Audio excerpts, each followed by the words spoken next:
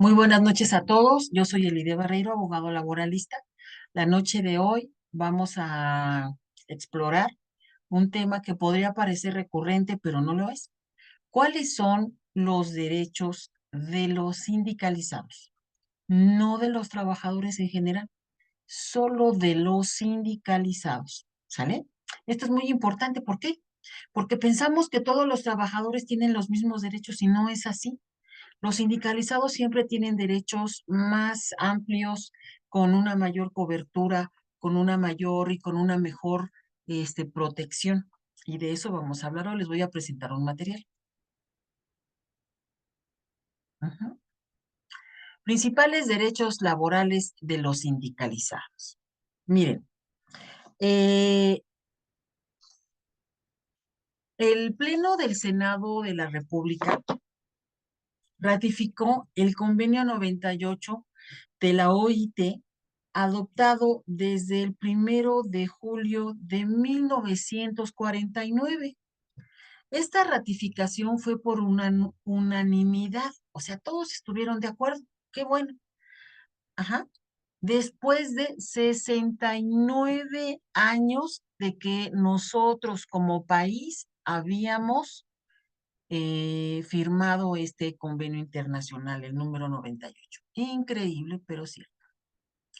Los principales derechos laborales de los sindicalizados son derechos humanos que forman los valores centrales de la Organización Internacional del Trabajo.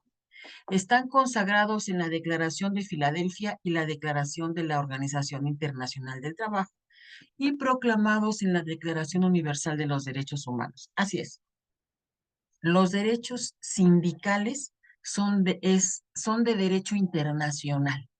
Cuando nosotros hablamos de derechos laborales sindicales, son estas prerrogativas, todas estas coberturas, pero que se le dan específicamente a los sindicalizados. Y los tratados internacionales que tenemos aquí en pantalla son los que le dan cobijo a estas ideas y le dan un sustento jurídico.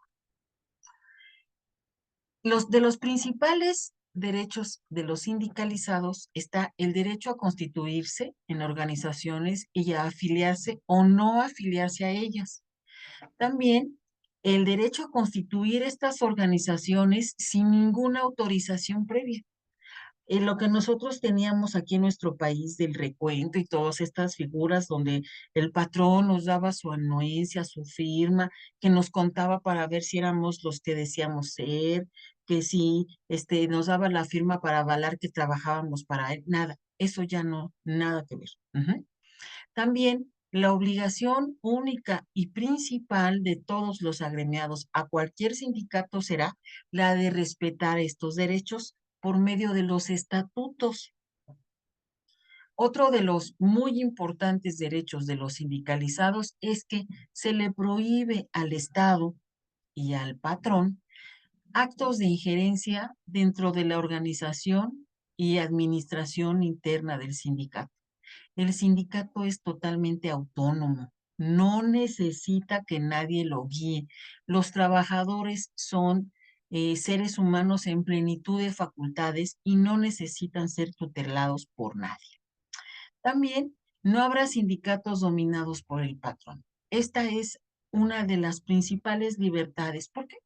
Pues porque el patrón antes decía, no, pues es mi sindicato, porque son mis trabajadores y aquí se hace lo que yo diga. No, hay mecanismos en esta reforma y en esta reforma en la que se incluye la ratificación del convenio 98, que nos dan como principal, ¿cómo decirlo?, guía en la libertad total de los trabajadores sindicalizados. Y algo muy importante, las prestaciones del contrato colectivo no son actos de injerencia. Por ejemplo, cuando en el contrato colectivo nosotros le solicitamos al patrón que nos provea de un local digno para llevar nuestras asambleas, de una oficina para poder llevar a cabo todas las actividades sindicales, de la luz, del teléfono, todas estas cosas que pueden parecer que nos provee de algo el patrón, realmente son sus obligaciones y están firmadas. No son actos de injerencia, aunque en algunas ocasiones los trabajadores piensan que sí, que ya porque nos está dando la luz o el teléfono o el techo, ya está metiendo en nuestros asuntos, si no, no es así. Dentro de estos principales derechos tenemos algo súper importante, que es el reconocimiento de la personalidad jurídica del sindicato. ¿Esto qué significa? Que el sindicato nace como una persona moral distinta a todos los trabajadores que lo integran, con una personalidad jurídica propia. Tiene todos los atributos de la personalidad de los cuales gozan las personas morales, como son el nombre, su domicilio y su patrimonio. Ujú. Esto quiere decir que el sindicato nace como una persona moral autónoma, con plenitud de los derechos de goce y de ejercicio. También podrán redactar libremente sus normas de operación interna o estatutos. Se organizarán en la administración y sus actividades libremente. Así es. Nosotros y todos los sindicatos del mundo no tienen agenda ni por partidos políticos, ni por religiones, ni por sus patrones. Y con base en este derecho de la organización interna libre, vamos a formular nuestros propios planes de acción. Y también, como un derecho intrínseco a la persona moral, podrá constituir organizaciones para el mejoramiento de su economía. Esto es muy importante. ¿Por qué? Porque la persona moral llamada sindicato goza de todas las prerrogativas de la ley. Esto le da una autonomía total. El derecho a la libre afiliación y participación es una de las libertades que ejercen los sindicalizados de manera activa. Aquel que desea estar en comisiones, aquel que desea estar en un meeting, que desea lo que desee, puede hacerlo libremente. Nadie le puede decir que no. Ujú. Y de la misma forma, el que no desea hacerlo y quiera permanecer sindicalizado, está en su derecho y lo puede hacer. Entonces, estas son el ejercicio de las libertades positivas y negativas. Las libertades positivas son las de hacer. Yo puedo hacer todo lo que yo quiera dentro del sindicato mientras me apegue a los lineamientos que están en los estatutos. Y el ejercicio de la libertad negativa es, tengo derecho a no hacer, tengo derecho a no presentarme, a no participar o hasta donde yo quiera. Ujú. Estas libertades positivas y negativas se ven plasmadas en la libertad de elección de las directivas mediante el voto personal, libre, directo y secreto.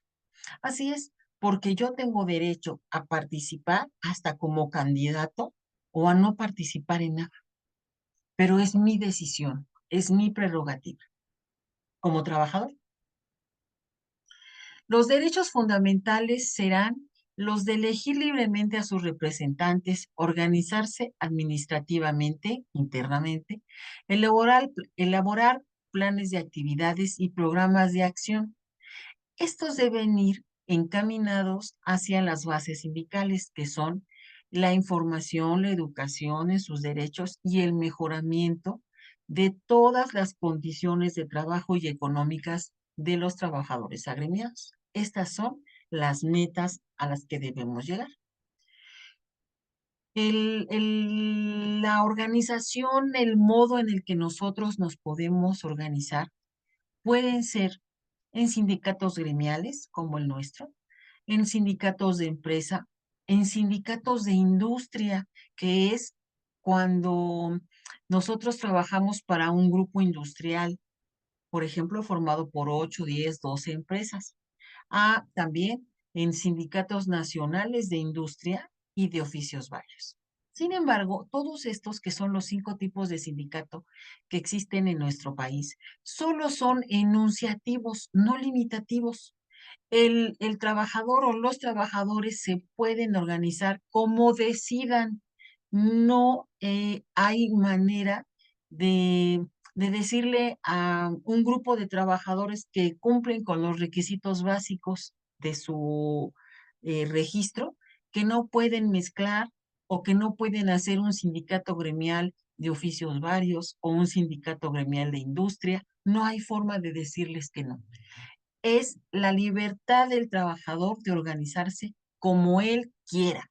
Ujú. Muy importante. También podrán adquirir bienes, muebles e inmuebles. Ujú. Crearán mecanismos para la constitución de mecanismos para el fortalecimiento, ay, perdón por la palabra, para el fortalecimiento de la economía del trabajador, como las sociedades cooperativas, las cajas de ahorro y cualquier otra figura análoga. No quiere decir eh, que nada más estas dos figuras pueden ser creadas con bases sindicales. Claro que no. Pueden